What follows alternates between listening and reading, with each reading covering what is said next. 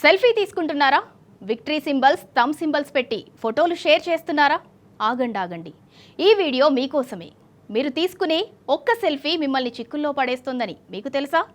సెల్ఫీల్లో మీరు పెట్టే పోజులు మిమ్మల్ని ప్రమాదంలోకి నెడతాయని ఎప్పుడైనా ఊహించారా? ఎస్, సైబర్ మోసగాళ్లు, తెలివి మీరిన నేరగాళ్లు మీ మొబైల్ తెర వెనకాలే కాచుకుని ఉన్నారు. జాగ్రత్త! మీ ఫోటోలు అందులో మీ చేతివేలు కనబడితే చాలు, వారికి పండగే.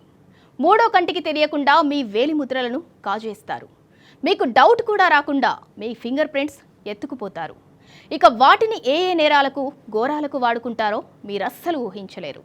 ఒక సాధారణ సెల్ఫీ కూడా మీ వేలి ముద్రలను బట్టబయలు చేస్తుందని భద్రతా నిపుణులు హెచ్చరిస్తున్నారు. మీ వేలి కొనలు కెమెరాకు క్లియర్గా దొరికితే సుమారు 5 అడుగుల దూరం నుంచి ఫోటో తీసుకున్నప్పుడు ఫోటోలో క్లిస్టల్ క్లియర్గా హ్యాకర్లకు దొరికిపోతాయి.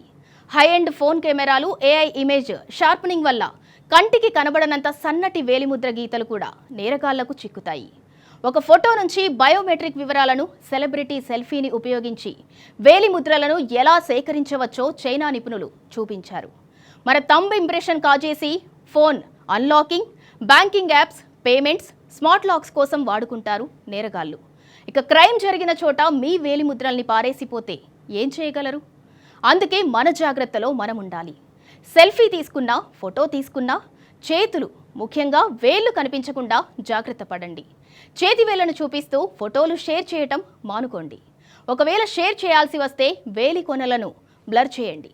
మీ ముఖ్యమైన అకౌంట్స్ కోసం థంబ్ ఇంప్రెషన్ కాకుండా పాస్ కీలు, లేదంటే ఫేస్ ఐడి లేదా మల్టీ ఫ్యాక్టర్ అథెంటికేషన్ వంటి స్ట్రాంగ్ సెక్యూరిటీ మెజర్స్ పాటించండి.